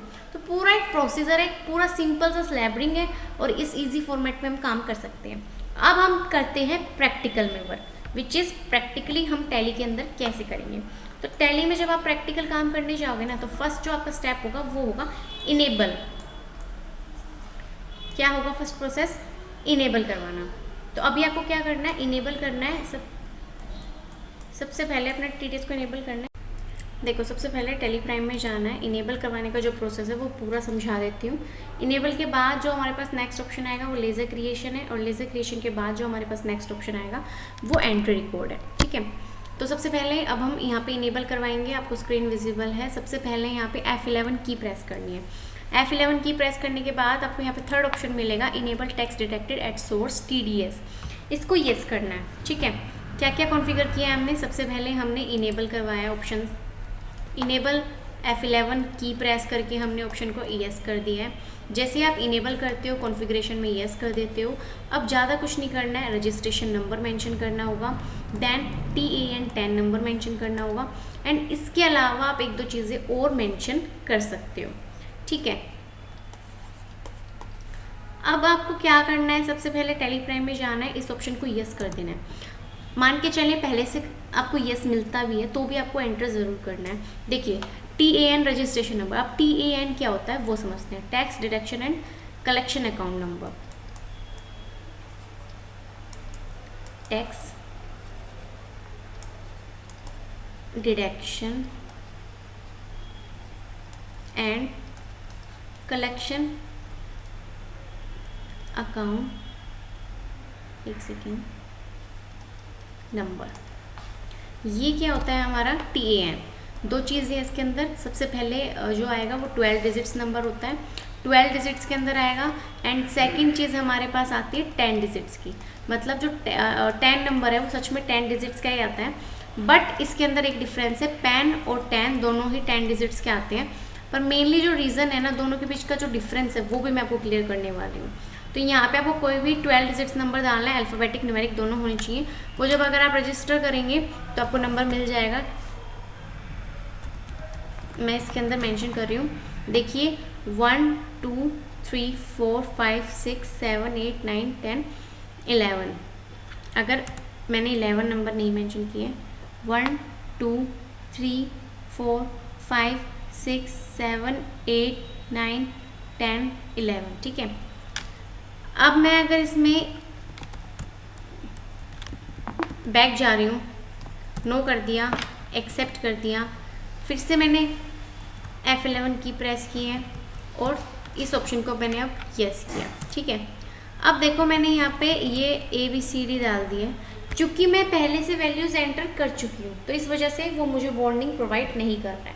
नहीं तो क्या होता है, जब भी आप यहाँ पे 10 नंबर मेंशन करोगे ना, वो ऑलमोस्ट 12 डिजिट्स का होना ही होना चाहिए। क्योंकि अब मैंने एक बार एंटर कर दिया तो वार्निंग नहीं आ रही है। अब देखो T220987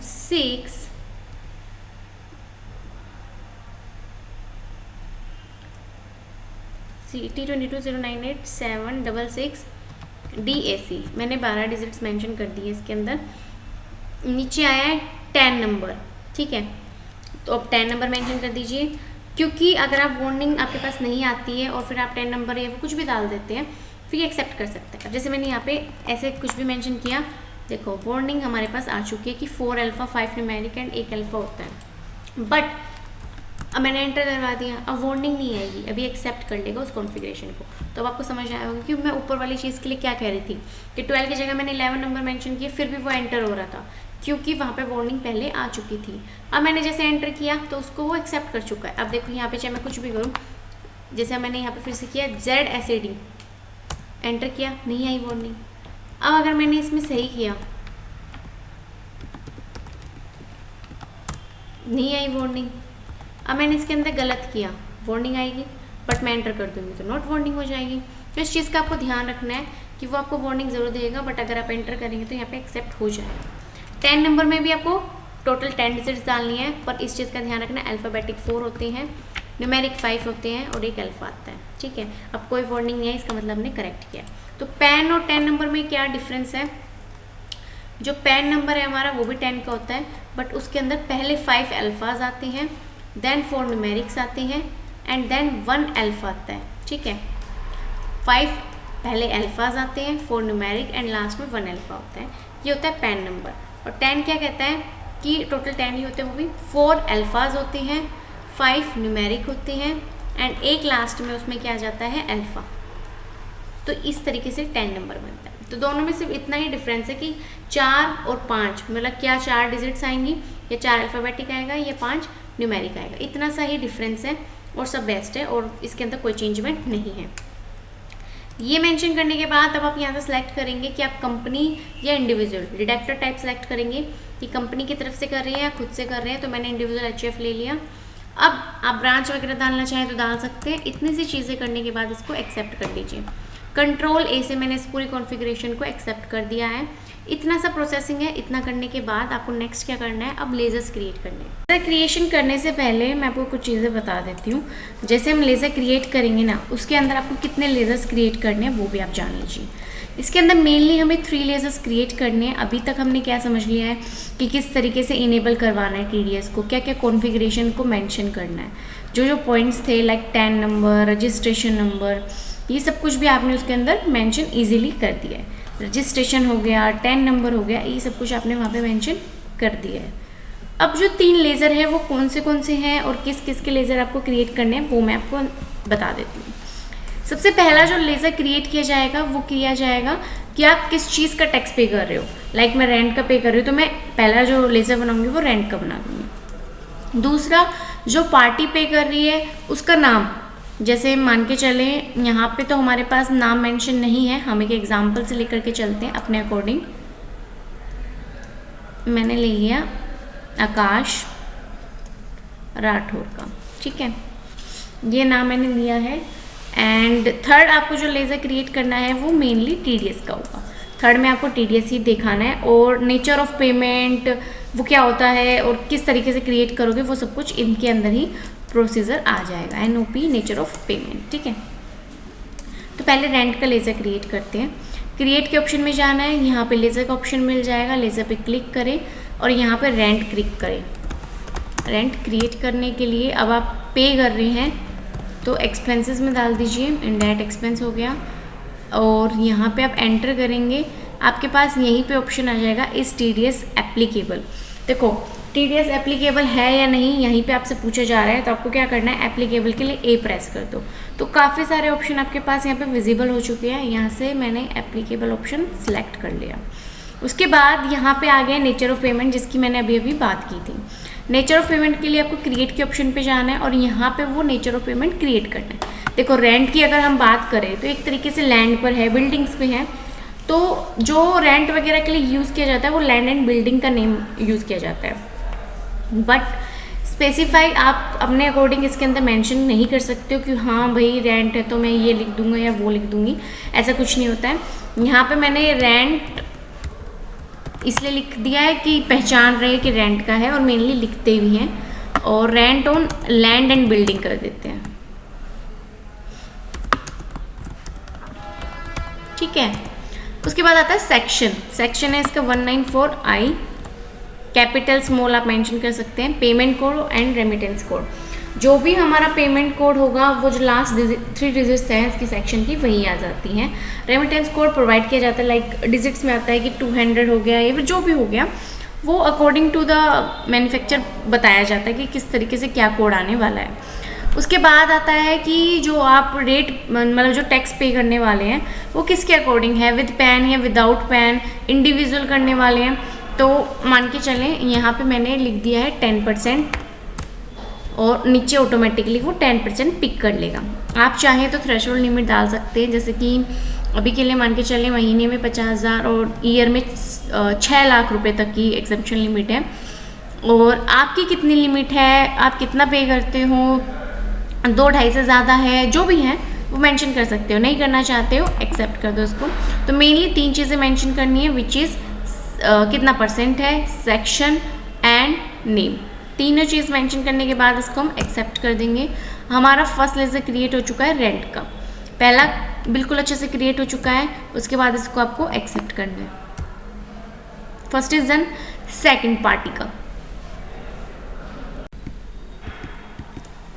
अब हम सेकंड लेजर बनाते हैं पार्टी का, जिसका नाम मैंने आकाश राठौर लिया है। ठीक है, ये हमारा सेकंड लेज़र है। फर्स्ट लेज़र हम बना चुके हैं, रेंट का कंप्लीट है। Second is Akash Rathore, under में सन्ड्री कैरेक्टर डाल देंगे इसमें। देन यहाँ पे हमारे पास ऑप्शन होता है कि TDS आपने जो पहले कॉन्फ़िगरेशन यस किया रेंट के अंदर, सेम यहाँ पे भी आपको करना होगा। नीचे ऑप्शन आ चुका है इस TDS डिटेक्टेबल। हाँ, आपको डिटेक्ट करना ही है ऑब्वियसली, तो आपको यस करना है। जैसे अब आप इस ऑप्शन को यस कर देते हैं, मैंने इसको यस किया, यहाँ पे हमारे पास लिस्ट आ चुकी है डिटेक्टिव टाइप की। आपको यहाँ पे इंडिविजुअल रेजिडेंट लेना है क्योंकि आप इंडिया में हैं, तो इस वजह से आपको ये वाला ऑप्शन सेलेक्ट करना है। देन आप चाहते हैं कि वाउचर के अंदर TDS डिटेक्ट हो ऑटोमेटिकली, सो यस। ठीक है, उसके बाद जो मेन है वो है पैन नंबर। तो पैन नंबर ज़रूर डालना, नहीं तो उसके ऊपर बहुत सारी चीज़ें होती हैं जो मैंने आपको बताया है। पैन नंबर डालने से क्या होगा, नहीं डालने से क्या होगा। तो PANIT का मतलब होता है permanent account number, income tax number, जो कि 10 डिजिट्स का होता है। और इसके अंदर 5 अल्फ़ाबेटिक्स, 4 न्यूमेरिक और एक लास्ट अल्फ़ा आता है। तो जो मैंने आपको पहले भी बताया था कि मैं आगे जा कर के आपको बताऊंगी कि पैन और 10 में क्या डिफरेंस है। तो पैन और 10 में यही डिफरेंस है मेनली कि पैन जो है वो भी 10 डिजिट्स का आता है और 10 नंबर है वो भी दोनों ही 10 डिजिट्स के आते हैं। ठीक है, मेजरली इन दोनों में डिफरेंस ये है कि ये 5 अल्फ़ा होता है, ये 4 अल्फ़ा होता है, ये 4 न्यूमेरिक होता है, ये 5 न्यूमेरिक होता है, और लास्ट में एक अल्फ़ा दोनों में आता है, एक मतलब अल्फ़ाबेटिक दोनों के अंदर आता ही आता है। ठीक है, तो उस वजह से ये दोनों 10 डिजिट्स के होते हैं, बस एक अल्फ़ा और एक न्यूमेरिक का ही डिफरेंस है। तो पैन नंबर डालना इज़ वेरी नेसेसरी, मैंने डाल दिया है। उसके बाद इसको एक्सेप्ट कर दीजिए। तो मतलब हमारे 2 लेज़र क्रिएट हो चुके हैं, एक पार्टी का और एक रेंट का। थर्ड हमें क्रिएट करना है TDS का। तो यहाँ पे अब आपको TDS लिखना है, एंड TDS एक टैक्स है, तो इसलिए हम इसको ड्यूटीज़ एंड टैक्सेस के अंदर मेंशन कर देंगे। तो मैंने ड्यूटीज़ एंड टैक्सेस ले लिया है। क्या पे कर रहे हैं आप, TDS, तो TDS सेलेक्ट कर लीजिए। देखो नेचर पेमेंट यहाँ पे आ चुका है जो मैंने क्रिएट किया था। तो यहाँ से रेंट और लैंड बिल्डिंग सेलेक्ट करके इसको भी एक्सेप्ट कर देंगे। तीनों लेजर्स हमारे अच्छे से क्रिएट हो चुके हैं, इनेबल प्रोसेसिंग हो चुकी है। अब जो प्रोसेसिंग आती है वो आती है वाउचर क्रिएशन।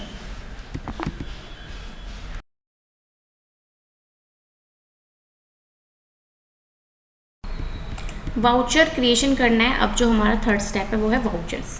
ठीक है, मतलब वाउचर के अंदर अब किस तरीके से आप रिकॉर्ड कर सकते हैं। हम लेज़र हो गया, इनेबल हो गया। अब third step is voucher creation, मतलब एंट्री को रिकॉर्ड करना।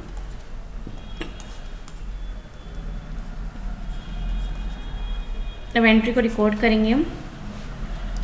तो जब आप एंट्री रिकॉर्ड करेंगे तो इसके अंदर 3 चीज़ें आएंगी, DR, CR, 2 3 प्रोसेस से आएंगी, जैसे कि rent, person name and TDS। ये 3 की एंट्री अब आपको रिकॉर्ड करनी है। अगर हमने बिल्कुल सही किया है तो पर्सन और TDS की जो वैल्यू है वो ऑटोमेटिकली यहाँ पे पिक होके आ जाएगी। बट अगर हमने रॉन्ग किया है तो वो सेम एज इट इज़ उठाएगा और वहाँ पे हमारे को पता चल जाएगा कि हमने कोई रॉन्ग कॉन्फ़िगरेशन की है। तो देखो, सबसे पहले हम आ चुके हैं वाउचर्स में। आपको ओपन करना है जनरल वाउचर। सबसे इसके अंदर भी 3 एंट्रीज होंगी, जैसे 3 लेजर्स क्रिएट किए, 3 एंट्री होगी अलग अलग वाउचर में। नंबर 1 जो हमारा है जनरल है, उसके बाद आएगा payment and then payment again. ठीक है, 3 प्रोसीजर हैं। तो सबसे पहले यहाँ पे आपको क्या करना है, आप डेट देख लीजिएगा, उसके अकॉर्डिंग यहाँ पे सबसे पहले जो आप लेंगे वो लेंगे रेंट, कि आप रेंट कितना पे कर रहे हैं। तो हम 50,000 पे कर रहे हैं, मैंने 50,000 यहाँ पे मेंशन कर दिया है। उसके बाद जो आपको नेम लेना है, नेक्स्ट लेंगे आप आकाश राठौर का नेम। आकाश राठौर को जब आप लें तो यहाँ पे क्रेडिट का ऑप्शन चूज़ करना, ना कि डेबिट का, क्योंकि इसके पास से जाएंगे तो आकाश राठौर, देखो अगर मैंने DR भी लिया तो देखो इसकी कोई वैल्यू नहीं आ रही है, क्योंकि DR का मतलब 50,000 ऊपर है और हमें डालने होंगे। तो उसके अकॉर्डिंग बैलेंस हमारा रॉन्ग हो जाएगा। तो यहाँ पे CR लेना है, CR लेने के बाद आकाश राठौर ऑटोमेटिकली पिक को क्या गया है 50,000 पे 5% के अकॉर्डिंग, मतलब 10% के अकॉर्डिंग हमारी जो वैल्यू है 5,000 रुपये। तो अब एंटर कीजिए, रेफरेंस सेलेक्ट कर लीजिए। अब आपको क्या लास्ट क्या सेलेक्ट करना है, TDS पे क्लिक करें। अब हमारी देखो TDS की वैल्यू भी खुश शो हो रही है, आकाश राठौर की वैल्यू भी खुश शो हो रही है। इसका मतलब हमारी जो कॉन्फ़िगरेशन थी और जो हमने अभी तक सेटिंग्स की हैं, अभी तक हमने जो लेज़र क्रिएशन किया है, वाउचर क्रिएशन किया है, वो बिल्कुल करेक्ट है। तो बिल्कुल परफेक्ट करेक्ट हमने कर दिया है। अब इसके बाद आपको इसको एक्सेप्ट करना है। जैसे ही आप इस कॉन्फ़िगरेशन को एक्सेप्ट करते हैं, नेक्स्ट स्टेप है हमारा पेमेंट वाउचर के अंदर। अभी जनरल वाउचर में आपने दिखा दिया है कि रेंट पे किया है 50,000, किसने पे किया है, आकाश ने। कितना पे किया है, उसने तो 50,000 पे किया है, 45 उसके पास गया है, 5,000 टैक्स गवर्नमेंट को गया है। तो ये सारा प्रोसीजर आपको दिखाना पड़ता है। अब जो पेमेंट हुई है, फाइनल पेमेंट जो रेंट की गई है, वो आपको दिखानी है पेमेंट वाउचर में। पेमेंट वाउचर के लिए F5 आप 2 प्रोसीजर से कर सकते हैं, यहाँ पे अकाउंट और कैश करके, या फिर DRCR की फॉर्म में। तो मैंने यहाँ पे कैश ले लिया, अगर आप बैंक लें तो बैंक भी सिलेक्ट कर सकते हैं। और यहाँ पे उस पार्टी का नेम लेकर के चलना है जिसने पे किया है, आकाश राठौर जी का। और यहाँ पे आपको टोटल अमाउंट नहीं लिखना है, इस चीज़ का ध्यान रखना। अभी हम जो रिकॉर्ड कर रहे हैं वो ये कर रहे हैं कि आफ्टर TDS कितना पे हुआ है, 45,000 रुपीज़। फिर भी अगर आपको कन्फ्यूज़न हो तो आकाश राठौर का बैलेंस देख सकते हैं, यहाँ से आपको पता चल जाएगा कितना अब आपको यहाँ पे बैलेंस क्रिएट करना है। पर मैं एक चीज़ बता देती हूँ, उस चीज़ का ध्यान रखना कि ज़रूरी नहीं है, मान के चलिए तो मेरा पहला लेज़र था आकाश राठौर को मैंने कहीं यूज़ नहीं किया, बट अगर मैंने इस वाउचर में कहीं पे भी इसकी एंट्री की होती तो उसका बैलेंस ऊपर नीचे ज़रूर आता। क्योंकि मेरा पहली एंट्री हो रही है आकाश राठौर की, तो उसके अकॉर्डिंग बैलेंस 45,000 सही आया है। पर इस चीज़ का ध्यान करना, अगर आपने उस लेज़र को कहीं पे भी यूज़ किया है तो उसका बैलेंस ऊपर नीचे ज़रूर होगा। तो इस अकॉर्डिंग आपको ध्यान रखना कि कितना TDS कटा था, कितना उसने पे किया था, उसके अकॉर्डिंग लेकर चले। तो बैलेंस पर ही डिपेंड मत रहना। 45,000 रुपीज़ मैंने एंटर कर दिया है। अगेंस्ट डिफरेंस सेलेक्ट करोगे तो पता चल जाएगा किसके अकॉर्डिंग आप पे कर रहे हो। हमने पहली वाली एंट्री को सिलेक्ट कर लिया है। हमारा दूसरा लेज़र मतलब दूसरा वाउचर क्रिएशन भी कंप्लीट हो चुका है। थर्ड जो आता है वो आता है पेमेंट में ही। अब आपको TDS दिखाना है कि TDS की एंट्री किस तरीके से हुई है और क्या आपने उसमें पे किया है। तो आपको क्या करना है, यहाँ पे Ctrl+F प्रेस करना, जिसका यूज़ किया जाता है ऑटोफिल के लिए। ऑटोफिल मतलब हम चाहते हैं TDS का खुद से शो हो जाए। स्टेट पेमेंट, यहाँ पे TDS को सिलेक्ट करें। डेट आप अपने अकॉर्डिंग चेक कर लीजिए। डिडक्टेड टिल डेट मतलब जो भी आप एंट्रीज में यूज़ कर रहे हैं वहाँ तक की शो होगी। अब आप देखिए लिस्ट ऑफ सेक्शन में हमारा लिस्ट हो गया कि हाँ 194 आई है। नेचर ऑफ पेमेंट में नेचर शो हो गया है। तो अगर आपने लेज़र क्रिएट किया है, वाउचर में एंट्री कर रहे हैं, जनरल की करेक्ट हो गई, पेमेंट की करेक्ट हो गई, और थर्ड में जब आप ऑटोफिल में आ गए, अगर तब ये ऑप्शंस आपके पास नहीं आ रहे हैं, ये लिस्ट नहीं आ रही, आप एंटर नहीं कर पाओगे। आप एंटर नहीं कर पाओगे और ना ही आप TDS की एंट्री शो करवा पाओगे। तो इस चीज़ का ध्यान रखना कि कई बार वाउचर में एंट्री हो जाती है, बट आपको टोटल फिर से करना पड़ेगा सब कुछ क्रिएट। नेचर ऑफ पेमेंट में कहीं मिस्टेक होगी या फिर कहीं पर भी होगी। अभी हमारा बिल्कुल करेक्ट आया है, लिस्ट भी हमें शो हो रही है, इसका मतलब बिल्कुल करेक्ट कॉन्फ़िगरेशन हमारी जा रही है। हमने बहुत स्मूथली सब कुछ कर लिया है। लेज़र क्रिएशन हो गया, इनेबल हो गया, वाउचर एंट्री हो गया। तो जो जो मैंने आपको प्रोसेस बताया उस स्टेप से आप चलेंगे तो ईजिली आपका काम हो जाएगा। बट फिर भी नहीं होता है तो स्टार्टिंग से, मतलब जहाँ से नेचर ऑफ पेमेंट किया है एकदम स्टार्टिंग से आपको चेक करना होगा। रेंट बिल्डिंग, अब ऑल आइटम्स ले सकते हैं या फिर आप अपने अकॉर्डिंग कंपनी या नॉन कंपनी सेलेक्ट कर सकते हो। रेजिडेंट सेलेक्ट करना है। अगर आपने बैंक से पेमेंट किया तो क्रिएट कर सकते थे या शो हो जाएगा, बट मैंने बैंक से पेमेंट नहीं किया तो मुझे कैश शो है। अपने आप एंट्री आई है, अपने आप कैश सेलेक्ट हुआ है, अपने आप TDS आया, अपने आप 5,000 रुपीज़ हमें दिखा रहा है और अगेंस्ट जनरल एंट्री की दिखा रहा है। तो मतलब हमारी पूरी की पूरी एंट्री बहुत स्मूथली और बहुत करेक्टली वे में गई है।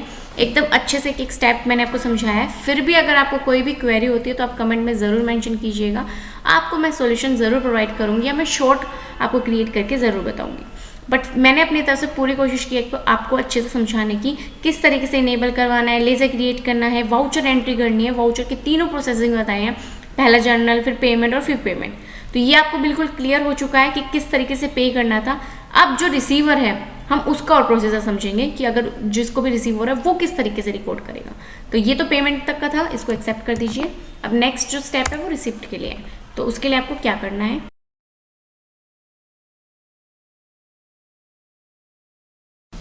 अब आप एक चीज़ का ध्यान रखना, कंफ्यूज मत हो जाना। अभी तक जो भी पे कर रहा था हमने उसका एंट्री डाला है, उसका रिकॉर्ड किया है जो भी डिडक्टी था। बट अब जो हम एंट्री रिकॉर्ड करने वाले हैं उस पर्सन की करने वाले हैं जिसकी तरफ से टीडीएस पे हुआ है। मतलब एक तरीके से वो रिसीवर भी है जिसको हम किराया दे रहे हैं और उसी का तो टीडीएस हमने काटा है ना। तो अभी तो हमने एंट्री रिकॉर्ड की थी कि किस तरीके से आप एंट्री को रिकॉर्ड करेंगे जो भी जिसका भी टीडीएस कट रहा है, ठीक है। अब आपको दिखाना है कि जिसका टीडीएस कटा है वो एंट्री किस तरीके से होगी। तो उसको हम किस तरीके से दिखाएंगे, रिसिप्ट वाउचर में, क्योंकि वो रिसीवर है, क्योंकि उसके पास सारा रेंट आया है, इसलिए मैंने रिसीवर एंट्री बोली थी, रिसिप्ट एंट्री बोलती। सबसे पहले आपको यहाँ पे F6 की प्रेस करनी रिसिप्ट के लिए और इसको मोड चेंज करना है, कंट्रोल एच से double entry, control H press करके डबल एंट्री। जब भी इसको रेंट रिसीव हो आप उसकी एंट्री कर सकते हो। मैंने 1 अप्रैल की एंट्री करी है, 1 एंट्री को मैंने इसको रेंट दिया है, ठीक है। सबसे पहले आपको यहाँ पे लेजर्स क्रिएट करने होंगे कि आपने क्या दिया है। मैंने उसको रेंट दिया है तो मैं यहाँ पे शॉप रेंट नेम से बना रही हूँ, क्योंकि उसके पास आ रहा है तो उसके लिए इनडायरेक्ट इनकम को हम सिलेक्ट करेंगे। 2 चीज़ का ध्यान रखना, अभी तक जो हम एंट्री रिकॉर्ड कर रहे थे वो इस तरीके से रिकॉर्ड कर रहे थे कि जो भी पे करने वाला है, मतलब मैं पे करने वाली हूँ तो मैं जो एंट्री रिकॉर्ड कर रही हूँ वो किस तरीके से है। बट हम उस पर्सन की नहीं कर रहे थे जिसको मिल रहा है। मतलब कि देखो कंफ्यूज होने की ज़रूरत नहीं है। यहाँ पे मैं गवर्नमेंट को पे कर रही हूँ, ठीक है, मैं आकाश राठौर हूँ और जिसको मिलने वाला है हम उसका नाम मान के चल देते हैं। यहाँ पे हम उसका नाम मानते हैं, मैं आपकी कन्फ्यूजन को दूर करती हूँ।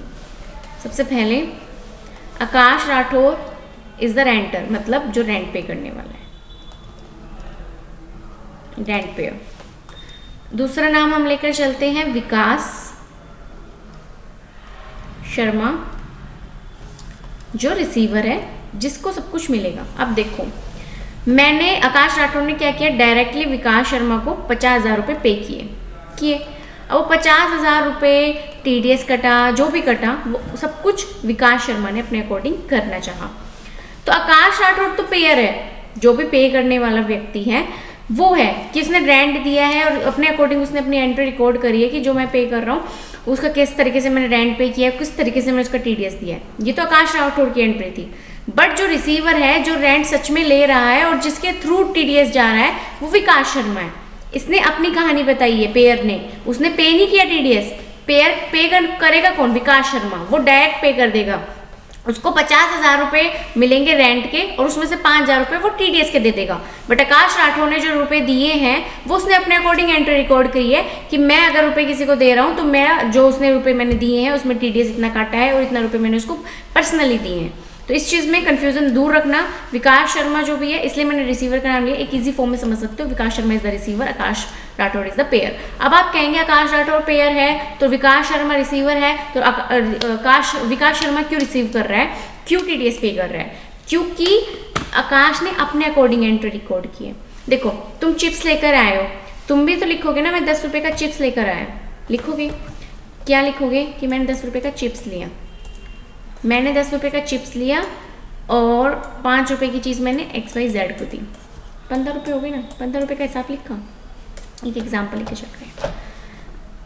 अब जिसने 5 रुपये की चीज़ खाई है वो भी तो अपना हिसाब लिखेगा ना कि मैंने 5 रुपये की चीज़ खाई है और 10 रुपये की फलाना ने खाई है, चाहे उसके रुपये हूँ चाहे ना हूँ, अगर उसका उस चीज़ से लेन देन है तो वो लिखेगा। सेम प्रोसीजर, आकाश राठौर रेंट पेयर है, वो रेंट दे रहा है, वो रिकॉर्ड करेगा कि मैंने कितना रेंट दिया और कितना उसका टीडीएस जा रहा है, तो वो उसने अपने अकॉर्डिंग करी है। अब विकास शर्मा अपने अकॉर्डिंग करेगा कि मुझे कितना रिसीव हुआ और मैंने अपने रिसीवर में से जो टीडीएस दिया था वो गवर्नमेंट को कितना रिसीव हुआ। क्लियर हो गया ना? अगर क्लियर हो गया तो प्लीज़ कमेंट में बताओ कि आपको डिडक्टिव और डिडक्टर में कन्फ्यूजन दूर हो चुकी है। इसलिए मैंने स्टार्टिंग में ही डिडक्टिव डिडक्टर का पॉइंट बहुत अच्छे से क्लैरिटी में बताया था कि जो भी डिडक्टी है उसका क्या लेन देन है। देखो ये रहा, किसको डिडक्ट करना पड़ता है, इसमें नीचे की तरफ कहीं होगा, ये रहा, जो पेमेंट करता है वो होता है डिडक्टी। ये रहा प्रोसीजर, जो भी पेमेंट कर रहा है वो हो गया डिडक्टी, एंड जिसको पेमेंट मिलता है वो हो गया डिडक्टी, सॉरी जो भी पेमेंट करता है वो होता है डिडक्टर, और जिसको भी पेमेंट रिसीव हो रही है जिसको मिलता है वो होता है डिडक्टी। फिर वो अपने अकॉर्डिंग दिखाएगा कि उसके पेमेंट में टीडीएस डिडक्ट होता है, कितना डिडक्ट होता है। एक क्लैरिटी रखना, deductor is the payment is the rent pair. Deductor rent pair है और डिडक्टी रेंट रिसीवर है। ख़त्म कन्फ्यूज़न, फालतू सोचना ही नहीं है। जितना आप सोचोगे उतनी कन्फ्यूज़न क्रिएट होगी, तो इतना इसमें समझना। अब हमने शो प्रिंट यहाँ पे लेज़र नेम लिख दिया है। अब इसके अकॉर्डिंग हम इसकी इनकम है तो इसलिए यहाँ पे क्या सिलेक्ट कर लेंगे, इनडायरेक्ट इनकम ग्रुप को। जैसे अब आप ये सिलेक्ट करोगे इसके बाद आपको यहाँ पे कोई भी ऑप्शन को येस नो नहीं करना है। यहाँ पे ऐसे कैसे कॉन्फ़िगरेशन मेंशन करके कंट्रोल ए से एक्सेप्ट कर देना है। अब जो अमाउंट थी वो 50,000 रुपीज़ थी, तो आप यहाँ पे मेंशन करेंगे 50,000 रुपीज़। आप बैंक भी ले सकते हैं या फिर कैश भी ले सकते हैं, तो मैं कैश लेकर के चल रही हूँ कि कैश में इसके पास कितने रुपीज़ आए थे। तो यहाँ पे आपको DR शो करना है, यहाँ पे DR आएगा और ऊपर की तरफ CR आएगा। कैश में अब आपको यहाँ पे दिखाना है कि टोटल इसके पास रिसीव हुआ है 45,000 रुपीज़, तो आप यहाँ पे 45,000 रुपीज़ मैंशन करेंगे। उसके बाद जो 5,000 रुपीज़ थे वो TDS था, तो यहाँ पे अब आप नया एक TDS का लेज़र क्रिएट करेंगे। एंड एक चीज़ और ध्यान रखना, जैसे आप TDS का नया लेज़र क्रिएट करेंगे, जैसे मैं लिख देती हूँ TDS रिसीवर, तो यहाँ पे आपको करंट एसेट्स लेकर के चलना है, ठीक है। करंट एसेट्स लेने के बाद आप इसको भी एक्सेप्ट कर दीजिए। यहाँ पे पूरा बैलेंस आ चुका है। जो भी शॉप रेंट था वो 50,000 रुपीज़ था, कैश उसके पास 45,000 आ चुका है और TDS जो था वो 5,000 रुपीज़ था। तो पूरा बैलेंस हमारा क्रिएट हो चुका है। यहाँ पे ये रेड में इसलिए आ रहा है क्योंकि ओपनिंग बैलेंस मेरा भी 0 है, करंट बैलेंस जो है कैश का। मैं दिखाती हूँ आपको यहाँ पे, अगर मैं इसका बैलेंस सही कर दूँगी तो ये भी कवर हो जाएगा। इसके बाद इस एंट्री को अब आप एक्सेप्ट कर लेंगे। ये एंट्री हमारी एक्सेप्ट हो चुकी है। तो ये पूरी एंट्री अब हमने कर लिया रिकॉर्ड। इसके बाद अगर मुझे CA को ये डेटा सेंड करना है तो किस तरीके से करेंगे और कहाँ पे चेक करना है वो मैं आपको बता देती हूँ। सबसे पहले आपको यहाँ पे जाना है डिस्प्ले मोर रिपोर्ट्स के ऑप्शन पे। यहाँ पे क्लिक करने के बाद आपको यहाँ पे मिलेगा ऑप्शन स्टैट्यूटरी रिपोर्ट्स का। यहाँ पे क्लिक करना और यहाँ पे TDS रिपोर्ट्स पे क्लिक करना है। अब आपको फॉर्म 26 क्यू में जाना है। उसके बाद आप जाएंगे, मान के चलें यहाँ पे आप एंट्रीज देख सकते हैं। देखिए ये रहा deduction at normal rate 50,000 rupees थे एंड जिसमें से जो TDS डिडक्ट हुआ है वो 5,000 हुआ है। जैसे आप एंटर करेंगे यहाँ से आप पूरा एंट्री चेक कर सकते हैं और एक और बार एंटर करेंगे तो यहाँ पे दिखा देगा रेंट के अकॉर्डिंग, ठीक है। उसके बाद जो एंट्री थी हमारी जर्नल की थी वो भी यहाँ पे मेंशन हो चुकी है और ये आपको शो हो चुकी है। फर्स्ट प्रोसीजर, सेकेंड,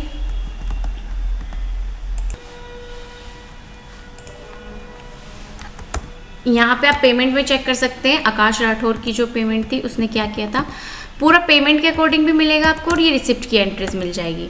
डिडक्टर और डिडक्टी दोनों की आपको एंट्री शो हो चुकी है। यहाँ पे एस्केप की प्रेस करो, यहाँ इंक्लूड इन रिटर्न्स पे क्लिक करोगे आप, यहाँ पे बुकिंग विद डिडक्शन वाउचर पे आएगा, तो यहाँ से पूरी की पूरी बुकिंग भी हो चुकी है।